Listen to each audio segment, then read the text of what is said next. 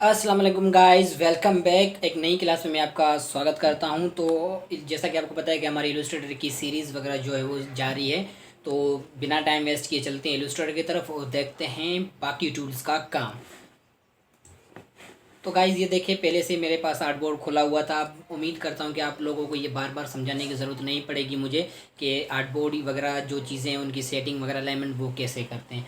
मैं हर क्लासेस में आपको समझाता आ रहा हूँ, लेकिन अब इंशाल्लाह आगे की क्लासेस में मतलब पूरी कोशिश करूँगा ना समझाऊँ या फिर समझाऊँ भी, लेकिन कम, क्योंकि उसमें हमारा टाइम वेस्ट होता है। तो अपने टूल्स की तरफ चलते हैं। बाकी ये सारी चीज़ें आप सेटिंग वगैरह देख लीजिएगा।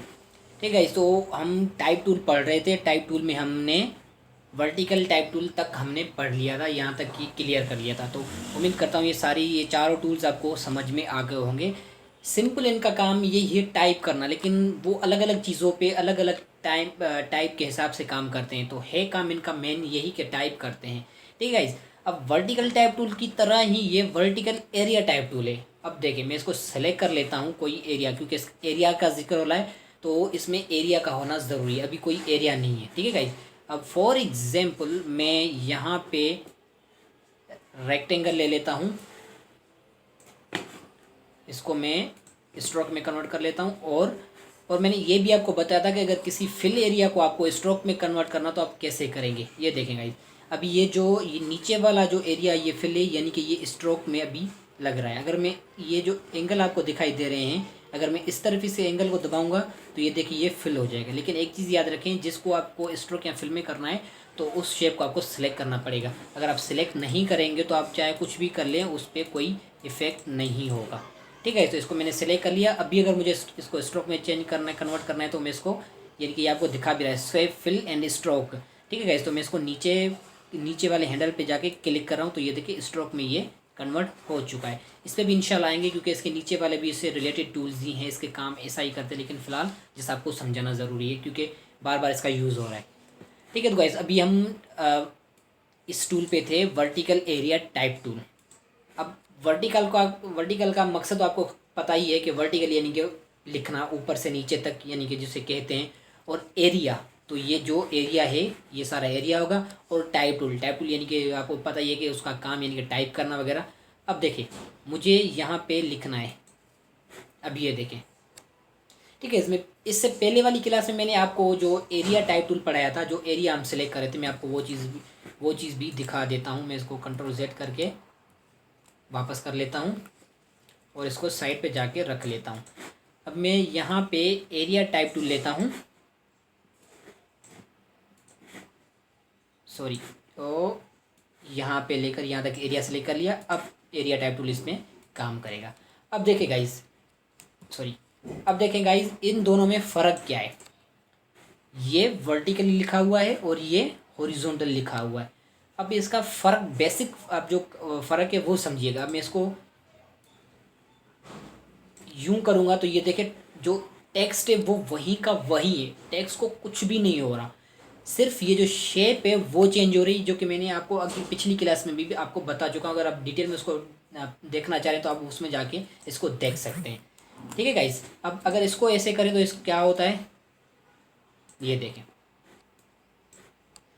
वही सेम चीज़ हो रही है जो एरिया टाइप टूल या फिर टाइप टूल को ड्रैग एंड ड्रॉप करने में हो रही थी। यानी कि टेक्स्ट खुद की जो जगह है या जो सेटिंग है वो चेंज नहीं कर रहा, टेक्स्ट वही का वही पड़ा हुआ है, टेक्स्ट नहीं हिल रहा। ये चीज़ याद रखने की है, टेक्स्ट नहीं हिल रहा। हिल हिल क्या रहा है, उसके एरिया जो हमने बनाया था वो सिर्फ एरिया रोटेट हो रहा है। टेक्स्ट खुद को उस एरिया के मुताबिक एडजस्ट कर रहा है। जिस भी एंगल में वो एरिया रोटेट हो रहा है तो टेक्स्ट उस एंगल में खुद को एडजस्ट कर रहा है। ये चीज़ आपको समझने की लाजमी है, जो आपको समझनी चाहिए इनमें जो डिफरेंस है। ठीक है गाइस, तो हम अपने टूल की तरफ आते हैं। ये मैंने एरिया टाइप टूल ले लिया सॉरी। और उसके अलावा मैंने अपना टूल भी ले लिया जो कि है वर्टिकल एरिया टाइप टूल। अब जैसे हम नॉर्मली लिख रहे थे, अगर हमें उसको वर्टिकली लिखना है यानी कि ऊपर से नीचे लिखना है, तो ये देखें फॉर एग्जांपल यहाँ पे क्लिक करता हूँ। अब मैं जो भी लिखूँगा वो देखें किस तरीके से लिखा हुआ आ रहा है, ये देखें गाइस।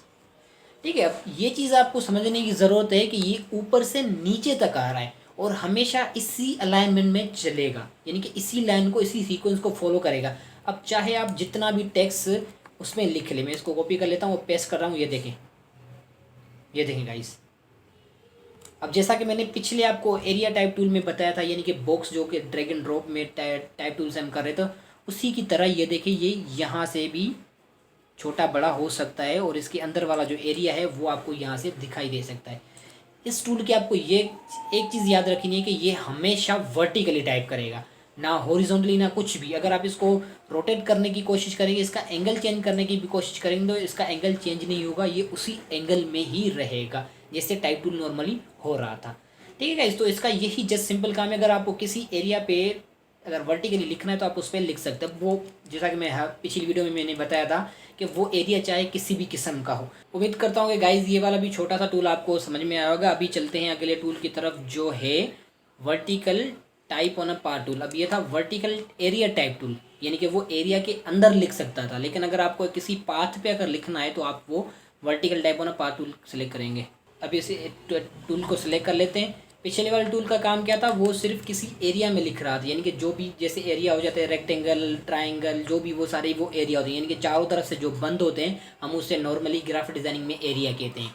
अगर आपको पाथ को डिफाइन करना है तो पाथ का मकसद होता है कि कोई दो हिस्से वाला जो कि चारों तरफ से बंद ना हो। जैसे फॉर एग्जाम्पल यहाँ से लेकर यहाँ तक ये एक किस्म का पाथ है। ठीक है, अगर मैं इसी को अगर जोड़ दूँ, मिला दूँ, यहाँ से करके यहाँ से यहाँ तक और यहाँ तक, अब ये देखिए ये चारों तरफ से बंद हो चुका है, यानी कि ये अब एरिया बन चुका है। ठीक है, अगर इसको ऐसे करते हैं तो ये सिर्फ एक पाथ है। ठीक है, तो ये मैंने पिछली क्लासेस में मैंने बता दिया हुआ है, आप वहाँ पे जाके इसको चेक कर सकते हैं, इन क्लासेस को देख सकते हैं। अभी आते हैं अपने टूल की तरफ। अभी ये क्या था, vertical type on a path tool, यानी कि ये सिर्फ और सिर्फ पाथ पे काम करेगा, और ये वाला टूल जो है वो एरिया पे काम करेगा। अगर मुझे पाथ पे लिखना है तो मैं यहाँ पे जाकर क्लिक करूँगा, आप यहाँ पे इसको जो लिखना चाहें लिख सकते हैं, लेकिन वो सिर्फ और सिर्फ वर्टिकली लिखा जाएगा। ये चीज़ आपको याद रखनी है कि वर्टिकल का सिंपल मकसद तो है ही वर्टिकल लिखना, लेकिन वर्टिकल जो है वो सिर्फ पाथ पे काम करेगा, और टाइप ऑन एरिया टूल यानी कि एरिया टूल वाला जो है वो एरिया टूल पे काम करेगा। तो ये दोनों में ये छोटा सा डिफरेंस है, ये सिर्फ एरिया पे काम करेगा और ये पाथ पे काम करेगा। ठीक है, तो गाइस अब चलते हैं अपने नेक्स्ट टूल की तरफ जो है टच टाइप टूल। अब उसके लिए हमें क्या करना पड़ेगा, पहले हमें कुछ लिखना पड़ेगा, जो कि टेक्स्ट टूल से मैं लिख रहा हूँ। जैसे कि मैंने अपने यहाँ पे अपना नाम लिख लिया है, ये देखें आप। ठीक है गाइस, अब इसको इस चीज़ को गौर से समझिएगा। अगर मुझे ये वाला जो एक वर्ड है इसको अगर मुझे रोटेट करना है किसी भी एंगल में, यानी कि जो ये आपको ए दिख रहा है सिर्फ इसको मुझे रोटेट करना है। अब इसके भी बहुत सारे तरीके हैं इसको रोटेट करने के, लेकिन वो मैं बाद में बताऊंगा। अभी फ़िलहाल मैं जो इस टाइप टूल की मदद से कर सकते हैं, यानी कि टच टाइप टूल की मदद से कर सकते हैं, फ़िलहाल मैं आपको वो बता रहा हूँ। अब ये मैंने टूल सेलेक्ट कर लिया है, और ये वाला टेक्स्ट भी जो है वो भी सिलेक्ट होना लाजमी है आपके लिए। अब जिस आप अक्षर को या जिस वर्ड को या जिस लफ्ज़ को आप करना चाह रहे हैं, यानी कि ऊपर नीचे जो भी करना चाह रहे हैं, उसका साइज़ बड़ा करना चाह रहे हैं, उसका एंगल रोटेट करना चाह रहे हैं, जैसे कि मैं अभी करता हूँ, आप देख लीजिएगा। मुझे ये वाला जो ए है मुझे सिर्फ इसको क्या है छेड़ना है। मैं चाहता हूँ कि बाकी सारे वाले जो लिखे हुए हैं, लिखावट है, वो सेम ही रहे, सिर्फ मुझे इस ए को छेड़ना है। ठीक है गाइज, अब यहाँ से देखें ये ऐसे हो रहा है, ये देखें गाइज। अब यहाँ से आप इसको रोटेट भी कर सकते हैं, यानी कि ये सिंपल है, मुझे इसको रोटेट करना है। ये देखिए आपको एंगल भी साथ ही साथ बता रहे हैं, यानी कि -3 -7 डिग्री वगैरह जो भी है। अगर इसको आप ऐसे रोटेट करना चाहें तो जिस भी एंगल से आप इसको रोटेट करना चाहें आप उसको रोटेट कर सकते हैं नॉर्मली। ठीक हो गया, इसको आप रोटेट कर सकते हैं, और इसी तरीके से आप इसको शिफ्ट दबा के छोटा बड़ा भी कर सकते हैं। अगर आप शिफ्ट को छोड़ेंगे तो ये आपको यूँ खींचा खींचा सा ये देखें ऐसे दिखाएगा। अब यहाँ से ये ऊपर लेके जाएगा और यहाँ से ये इसको नीचे लेके जाएगा। ये पूरे एरिया को ही मैं पूरे ए को ही नीचे लेकर आ गया, लेकिन ये याद रखें कि ये पूरा एक ही है, लिखावट एक ही। अगर आप इसमें कुछ चेंज करेंगे तो ये इसमें भी चेंज हो जाएगा। ठीक है, तो इसको मैं दोबारा सेलेक्ट कर लेता हूँ और इसको सेलेक्ट करके ऊपर ले जाता हूँ, और यहाँ पे जहाँ पे ये पहले से था। ठीक हो गया गाइस। अब इसी की तरह आप इसको रोटेट कर सकते हैं, जो भी अगर आपको रोटेट करना है। ये सिर्फ इसी पे नहीं, किसी भी आप शेप पे इसको काम ला सकते हैं। ये देखिए जिस भी मैं शेप को सिलेक्ट, यानी कि जिस भी अक्षर को मैं वर्ड को सिलेक्ट करता जा रहा हूँ, ये उस पर ये देखिए एक बॉक्स बनाता जा रहा है। तो इसी तरीके से आप किसी भी अगर वर्ड को आप छोटा बड़ा या जो भी आप उसके साथ कार्रवाई करना चाहते हैं तो आप वो कर सकते हैं। इसको आप नीचे लाना चाहें नीचे ला सकते हैं। अगर आप इसको यूँ स्ट्रेच करना चाहें स्ट्रेच कर सकते हैं, जैसे डिज़ाइनिंग में अक्सर तो हम कैलीग्राफी वगैरह बनाते वक्त करते हैं, तो आप ये उसकी तरह कर सकते हैं। अगर आप इसको बड़ा करना चाह रहे हैं तो आप इसको यूँ देखिए बड़ा भी कर सकते हैं, छोटा भी कर सकते हैं, जितना भी आप मर्ज़ी आपकी करना चाहें। अगर आप इसको रोटेट करना चाहें तो आप इसको रोटेट भी कर सकते हैं। ये देखिए ये रोटेट हो गया। अगर आप चाहते हैं कि थोड़ा सा रोटेट हो, ये देखें ये थोड़ा सा रोटेट हो जाएगा।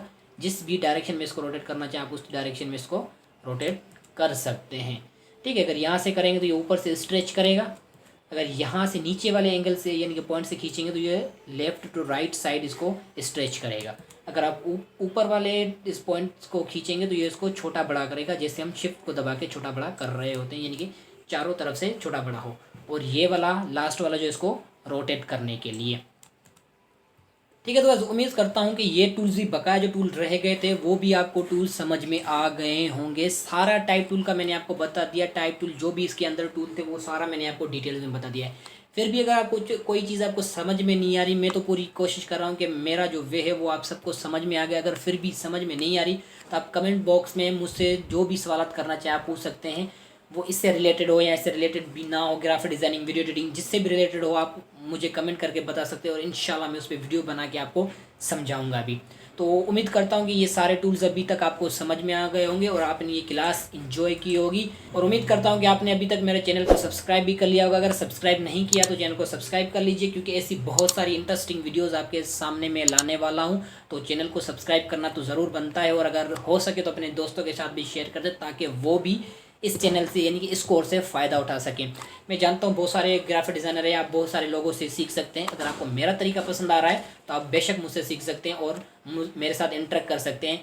नीचे डिस्क्रिप्शन में मेरे ग्रुप्स दिए गए हैं, यानी कि फेसबुक ग्रुप है, मेरा व्हाट्सएप ग्रुप है, उसकी लिंक भी दी गई है। अगर आप वो ज्वाइन करना चाहते हैं तो वो भी ज्वाइन कर सकते हैं। आप डायरेक्टली मुझसे इंटरेक्ट कर सकते हैं जैसे बहुत सारे लोग करते हैं।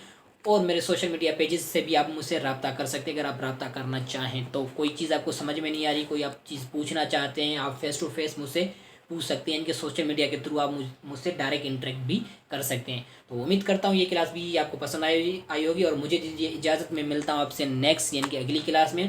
तब तक के लिए अल्लाह हाफिज़।